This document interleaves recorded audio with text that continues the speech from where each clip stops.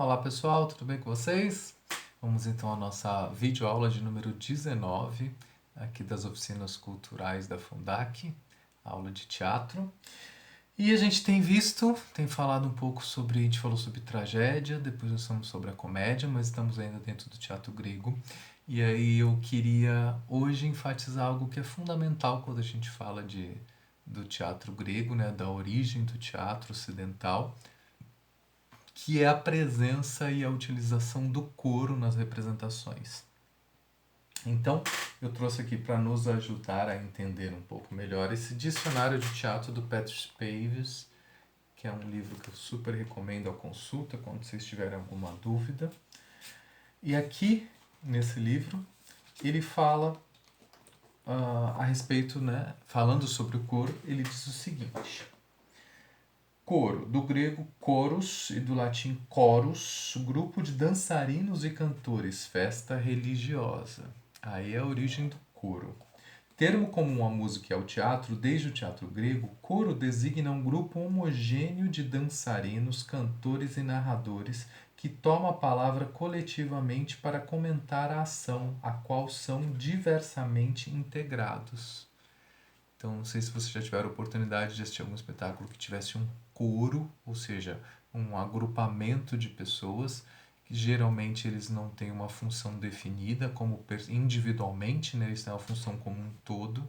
É isso que hoje nós damos o nome de coro, e aqui isso vai ficar mais evidenciado.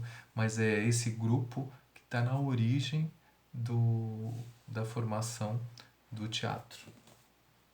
Em sua forma mais geral, o coro é composto por forças aquitantes, né, os atuantes, não individualizadas e frequentemente abstratas, que representam os interesses morais ou políticos superiores.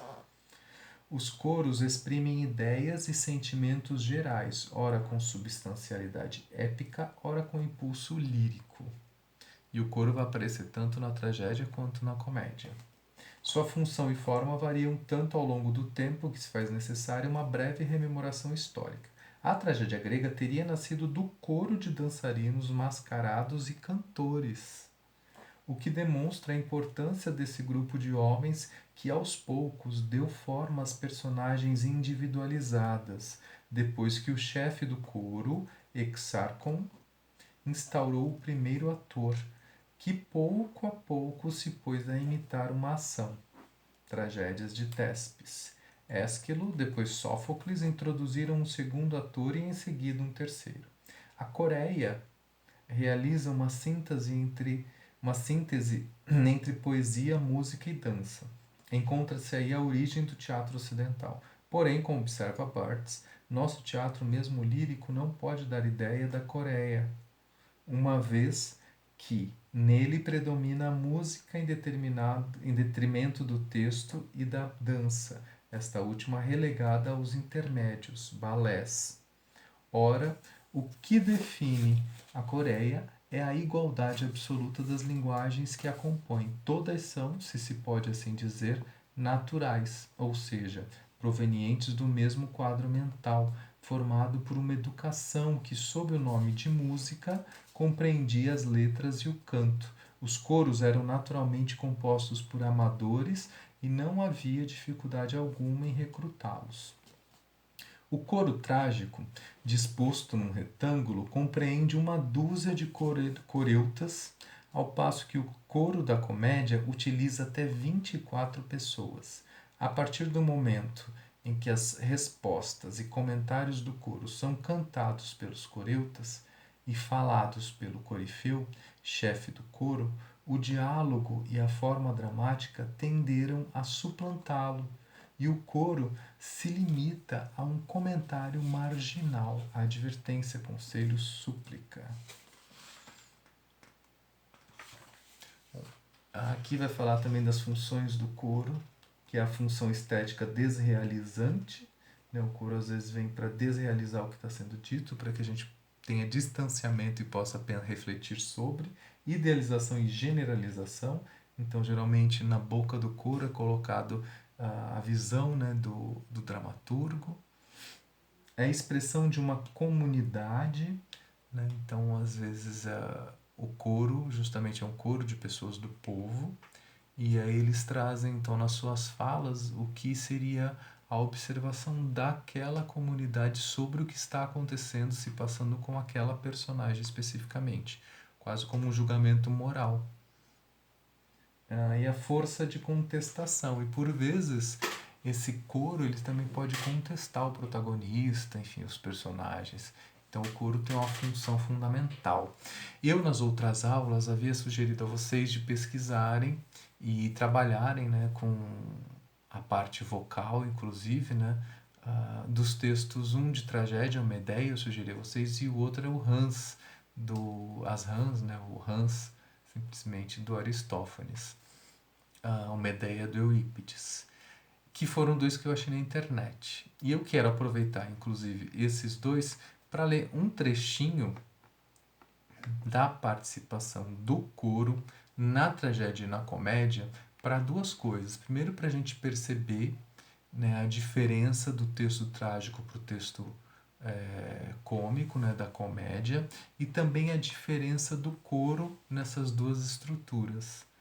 Né? No caso da tragédia, a gente vai ver que a situação é densa, é trágica, né, é dramática.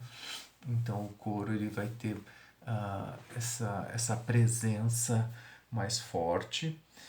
E na comédia, inclusive, tem um diferencial que do coro se destaca um corifeu, que é uma pessoa que se destaca, faz parte desse coro, mas por vezes ele fala no lugar do coro de forma individualizada. Isso também é uma diferença do coro, são possibilidades. Né? Isso tudo por quê? Para a gente perceber essas diferenças, que depois eu vou finalizar falando um pouco dessa evolução do coro. Mas para a gente entender, eu vou ler aqui um trechinho do coro da Medeia. É um coro de mulheres que sai do palácio no momento em que a nutriz, ou no caso a ama, né, dos filhos dela, está falando, está comunicando à audiência, né, ao público, que a Medeia foi abandonada pelo Jasão, enfim, que ela está entristecida dentro de casa, desesperada, porque agora ela não tem onde ficar, né? Ele foi casar com a princesa e ela ficou abandonada ali. E aí, então entra o coro de mulheres. Ouço a voz atroz da infeliz Colquídia, né, de Colca. Indicação não há de que a serene. Sou toda ouvidos, anciã. Do recinto ambientrável provinha o grito, amua o sofrer da moradia, onde meu afeto se difunde. Nutriz. Morada é coisa do passado, o tálamo real retém jazão, Medeia consome a vida no aposento, vazia de palavras que lhe afaguem o íntimo. E aí vem Medeia. Ai, que a acha urânica rache-me a têmpora, a ganho em preservar. Puder esvair-me a vida estígia, dádiva de Thanatos. O coro. É audível, Zeus, terra, luz, como a esposa modula a inclemência do clamor? Ser sem norte, a Eros do leito lúgubre, como denominá-lo? Thanatos terminal já desponta? Deixa de invocá-lo. Se teu marido virou idólatra da cama infrequentada, isso é com ele. Não te inflames. Zeus abraça tua causa. Evita que te consuma o pranto esponsalício. Aqui as mulheres estão aconselhando a Medeia, elas estão falando diretamente com essa personagem. E agora vamos ver o tom e como funciona o coro aqui na comédia As Rãs. Dionísio, vá, porta-te bem, que talvez te calhe alguma morcela. E aí vem o coro. Atiça com o agitar das mãos as tochas ardentes, Íaco, ó Íaco, astro fulgurante da festa noturna, do seu brilho todo o prado resplandece, já treme o joelho dos velhos, ei-los que sacodem para longe as tristezas e o fardo pesado dos seus muitos anos, por milagre da festa sagrada. E tu, empunhando o facho reluzente, avance e conduz para o prado florido e viçoso, ó bem-aventurado, a juventude que forma o coro. O corifeu que avança e faz ao público esta proclamação: silêncio, afaste-se para dar lugar aos nossos coros todo aquele que é estranho a esta linguagem, que não é puro de espírito, que nunca assistiu nem celebrou as festas das musas divinas, que se não iniciou nos ritos báquicos do cratino taurófago, que se entusiasma com patetices sem tom nem som, totalmente a despropósito, que, em vez de desmantelar as dissensões internas e de ser conciliador com os concidadãos, pelo contrário, instiga e atiça os ânimos em nome de interesses pessoais, que, como magistrado de uma cidade fustigada pelo temporal, se deixa subornar ou entrega à traição uma fortaleza ou a armada, que exporta de Egina mercadorias proibidas, que nem um torício, esse desgraçado cobrador dos 5%, e abastece Epidauro de correias, velames e pés. Ou que incentiva a que se anuncie a armada inimiga, que emporcalha as imagens de Hécate quando entoa os cantos cíclicos, que quando está no poder rói no salário dos poetas por ter sido posto a ridículo nas festas nacionais de Dionísio? A gente dessa laia, eu digo e redigo e volto a dizer pela terceira vez, se preciso for, que se afaste dos coros de iniciados. Voltando ao coro, se dirigindo ao coro. E vocês, animem-me esse canto e as nossas vigílias, como convém a um festejo como este. Coro. Que todos avancem com determinação pelos recessos floridos dos prados, em passo cadenciado a mandar piadas graçolas de xotes. Tivemos um almoço à tripa forra. Vamos, toca o andar, trata de exaltar com um belo canto a Salvadora, que promete eterna proteção a esta terra, quer o torício o queira, quer não. Então percebam que aqui o coro ele já vai ter uma outra função, existe um diálogo aí em que o corífeo ele se destaca e vai à plateia e faz uma sátira, e faz uma provocação política, de cunho político, satirizando os governantes, enfim. Vou deixar aqui então como exercício, como atividade, que vocês leiam na íntegra tanto a tragédia quanto a comédia para perceber mais diferenças dos tons e ver e perceber a função do coro. E eu vou falar um pouco da evolução do coro, porque aí na próxima aula a gente vai dar sequência à nossa história do teatro, para vocês também já perceberem que essa figura que é tão fundamental no teatro grego, ele ainda mantém a sua função de forma transformada, em outros momentos da dramaturgia.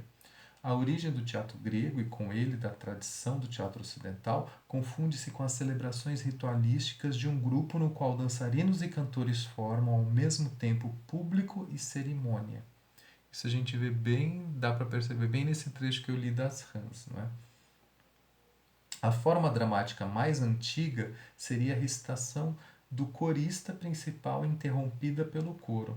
A partir do momento em que as respostas ao coro passam a ser dadas por um, depois por vários protagonistas, a forma dramática, diálogo, passa a ser a norma, e o coro não é mais senão uma instância que comenta advertências, conselhos, súplica. Então, na tragédia, quando começa o coro a falar, nesse trecho, vocês viram, quando ele começa a responder a Medeia, enfim, quando isso começa a acontecer, então estabelece-se esse diálogo e essa forma de dramaturgia se instaura. Na comédia aristofânica, o coro, claro que nesse trecho que eu li da Medea, isso já acontecia, isso é só um exemplo de como isso se dava. Na comédia aristofânica, o coro se integra amplamente à ação, intervindo nas parábolas.